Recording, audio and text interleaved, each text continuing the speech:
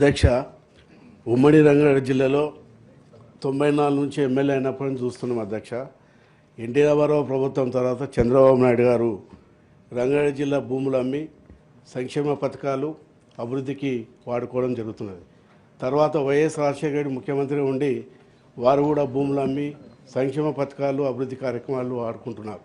దాని తర్వాత కేసీఆర్ గారు అమ్మినారు. మళ్ళీ ఈ ప్రభుత్వంలో కూడా మొన్న కూడా ఎకరకు 150 కోట్లు వచ్చే విధంగా కూడా అమ్ముకోవడం కూడా జరుగుతుంది. కాబట్టి మరి నేను కూడా 4 సార్లు ఎమ్మెల్యేగా, 2 సార్లు ఎమ్మెల్సీగా, 2 సార్లు మంత్రి ఉన్నందుకు రంగారెడ్డి జిల్లా ప్రజలందరూ కూడా మరి ప్రతి నెలకు 2 నెలలకు వచ్చి ఈ రంగారెడ్డి జిల్లా భూములు అమ్ముతున్నారు, మీరు ఏం చేస్తున్నారని చెప్పి అడిగితే మాకు దగ్గర సమాధానం లేదు అధ్యక్ష.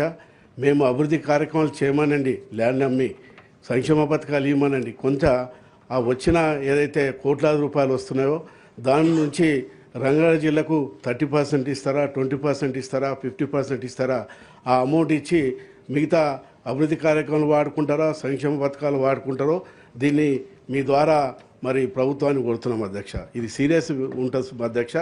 రేపు ఉద్యమం రానికి కూడా ఆస్కారం ఉన్నది అధ్యక్ష.